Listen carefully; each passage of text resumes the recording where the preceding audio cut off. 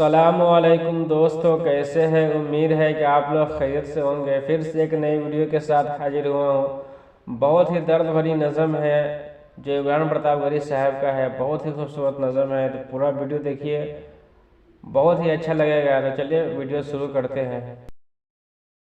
शंकर भाई जी। दुनिया के कोने में तारिक भाई एक मुल्क है जहां स्कूलों पे बम बरसते हैं, जहां अस्पतालों पे बम बरसते हैं।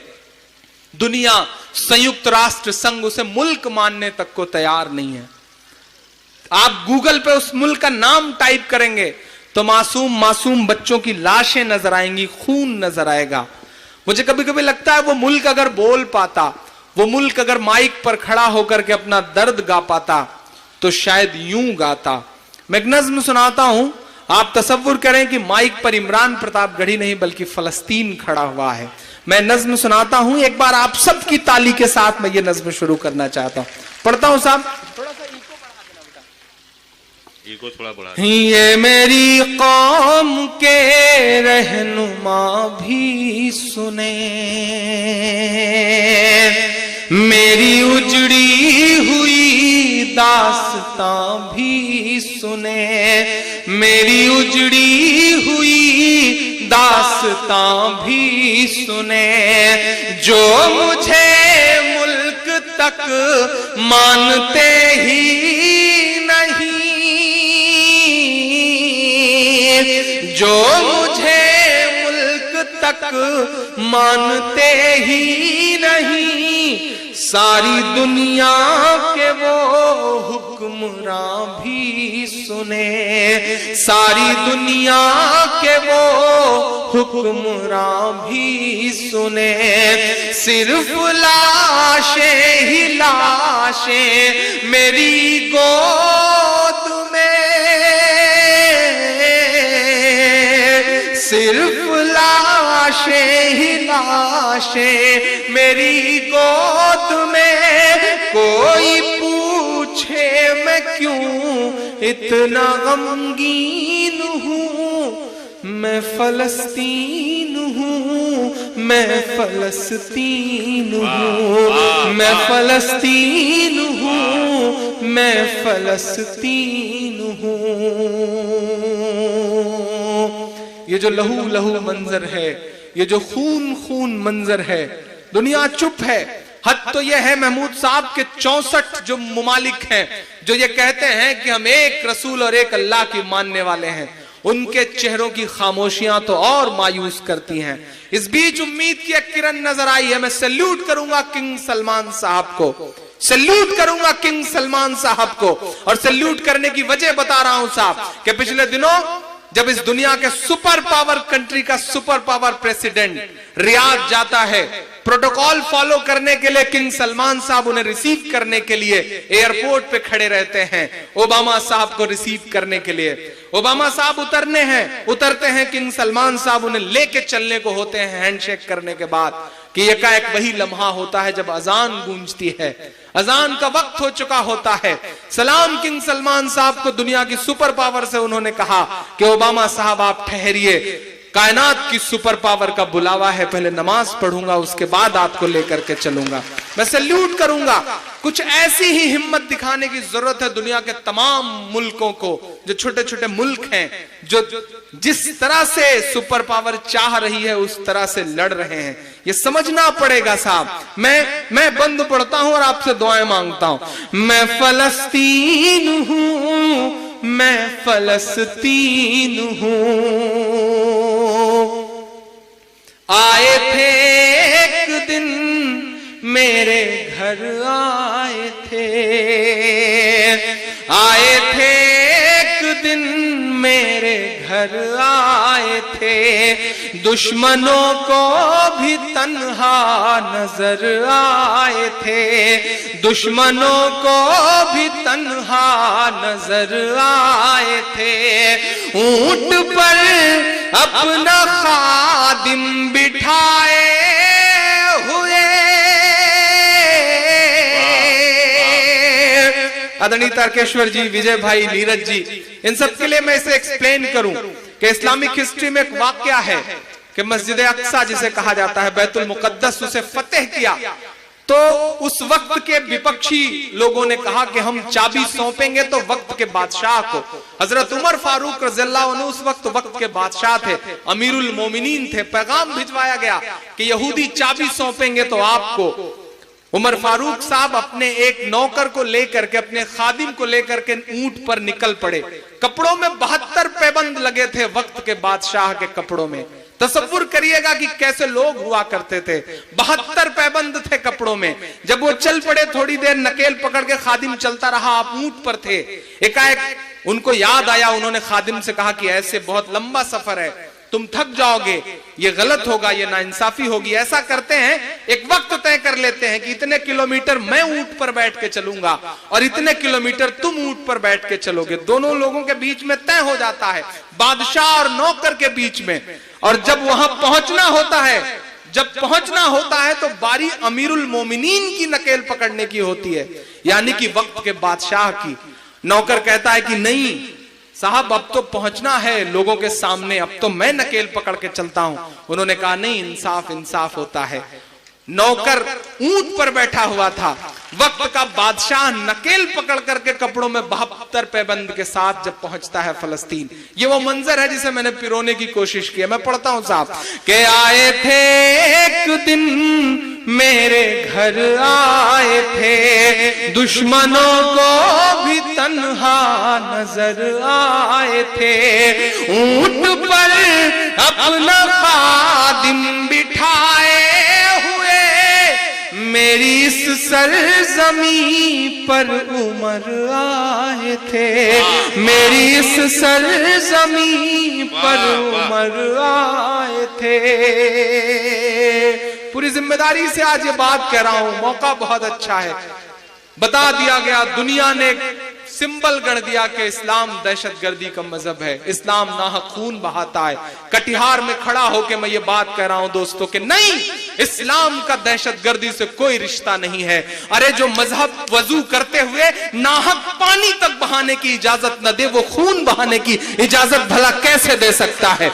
और ये जो सिंबल बन गए हैं, ये जो इस्लाम का चेहरा बन गए हैं, वो इस्लाम का चेहरा नहीं है। मैं आपसे भी अपील करता हूं, ऐसे लोगों को ठुकराइए, ऐसे लोगों के खिलाफ बोलिए। ये इस्लाम का चेहरा नहीं है। ये जो कत्ल कर रहे हैं मासूमों का, ये इस्लाम का चेहरा नहीं हो सकते। क्योंकि मैं पूरी जिम्मेदारी से कह रहा हूं, जिस तरह बिस्मिल्लाह कह करके शराब पीने से हराम शराब हलाल नहीं हो जाती, उसी तरह अल्लाह अकबर कह करके मासूमों का कत्ल कर देने से वो कत्ल जायज नहीं हो जाता। आप सबको बोलना पड़ेगा इसके खिलाफ। आज वक्त बुरा है, मुश्किल है, तो आपकी बोलने की जिम्मेदारियां भी हैं। मैं पढ़ता हूं साहब, ये नज्म पूरी करता हूं। ऊंट पर अपना खादिम बिठाए हुए मेरी इस सरजमी पर उमर आए थे। जिसकी परवाज़ है आसमानों तलक, जिसकी परवाज़ है आसमानों तलक, जख्मी जख्मी मैं वो एक शाहीन हूँ। मैं फलस्तीन हूँ, मैं फलस्तीन हूँ, मैं फलस्तीन हूँ, मैं फलस्तीन हूँ। के रेत पर रब का फरमान पलता रहा, मेरे दामन में ईमान पलता रहा, मेरे दामन में ईमान पलता रहा। मेरे बच्चे लड़े आखिरी सांस तक, मेरे बच्चे लड़े आखिरी सांस तक, और सीनों में कुरान पलता रहा, और सीनों में कुरान पलता रहा। जर्रे जर्रे में हक की सदाएं लिए, जर्रे जर्रे में हक की सदाएं लिए। खुश नसीबी है मैं साहिबे दीन हूँ, मैं फलस्तीन हूँ, मैं फलस्तीन हूँ, मैं फलस्तीन हूँ, मैं फलस्तीन हूँ। आखिरी बंद पढ़ के अपनी जगह लेता हूं आपकी दुआओं से दामन भर के। मैं आखिरी बंद पढ़ता हूं साहब कि ना ही रोएंगे और ना ही मुस्काएंगे, सिर्फ नगमे शहादत के ही गाएंगे, सिर्फ नगमे शहादत के ही गाएंगे। अपना बैतुल मुक़द्दस बचाने को तो आपकी दुआएं जाएं उन बच्चों तक जो अपना मुल्क बचाने की जद्दोजहद कर रहे हैं। अपना बैतुल मुक़द्दस बचाने को तो मेरे बच्चे अबाबील बन जाएंगे, मेरे बच्चे अबाबील बन जाएंगे। जो सितम ढा रहे अब रहा की तरह, जो सितम ढा रहे अब रहा की तरह, उनकी खातिर मैं सामान तौहीन हूँ। मैं फलस्तीन हूँ, मैं फलस्तीन हूँ, मैं फलस्तीन हूँ, मैं फलस्तीन हूँ। जाते जाते बस इतना कह के जा रहा हूं। कभी कभी मेरे शायर दोस्त मुझसे कहते हैं कि इमरान कैसे महसूस कर लेते हो इस दर्द को, कैसे गा लेते हो। मुसलसल 20 दिन के सफर के बाद कभी घर लौटता हूं तो अम्मी बालों में तेल लगाते वक्त कहती हैं कि बेटा कैसे महसूस कर लेते हो इस दर्द को। शंकर भाई, जब मैं मुशायरों की दुनिया में आया था 6-7 साल पहले, तो मेरे बड़े बुजुर्ग शायर दोस्त कहते थे इमरान जो तुम ये पढ़ते हो इसे अदब में जगह नहीं मिलेगी, जो तुम पढ़ते हो तुम्हारे मरने के बाद इसे किताबों में नहीं पढ़ाया जाएगा। तब न जाने क्या दुआओं का असर था आपकी, या पता नहीं कौन सा कॉन्फिडेंस था कि मैं आपकी दुआओं के भरोसे उनसे कह देता था कि मैं ये जानता हूं कि शायद मैं मरने के बाद किताबों में न पढ़ाया जाऊं, लेकिन उससे भी बड़ी बात मैं ये जानता हूं कि इंशाअल्लाह मैं जीते जी इंकलाब जरूर पैदा कर जाऊंगा।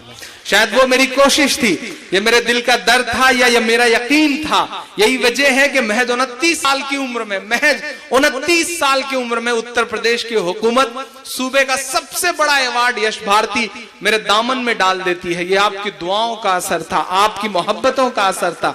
जिस अवार्ड को पाने के लिए लोग 55 और 60 साल के बाद ख्वाब देखना शुरू करते हैं, वो महज 29 साल की उम्र में मेरे दामन में है। मैं आखिरी बंद 4 मिसरे इस नज्म से अलग भी, इस नज्म से जुड़े हुए भी पढ़ के अपनी जगह लेता हूं साहब।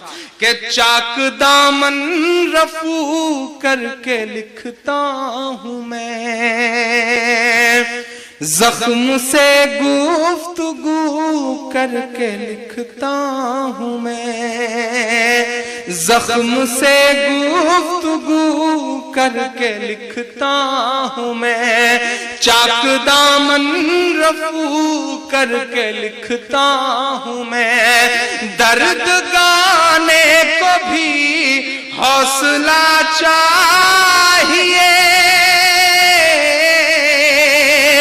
दर्द गाने को भी हौसला चाहिए। आंसुओं से वजू करके लिखता हूं मैं, आंसुओं से वजू करके लिखता हूं मैं। अपनी सांसों में आबाद रखना मुझे, अपनी सांसों में आबाद रखना मुझे। मेरा दामन भर के विदा करिएगा अगले मिसरे पे। अपनी सांसों में आबाद रखना मुझे, मैं रहूं ना रहूं याद रखना मुझे, याद। उम्मीद है कि आप लोगों को ये वीडियो अच्छा लगा है चैनल को सब्सक्राइब कर दीजिए और बेल आइकन को दबाना भूलिएगा ताकि हर वीडियो का नोटिफिकेशन आपको मिलती रहे। तो फिर मिलते हैं एक नई वीडियो के साथ।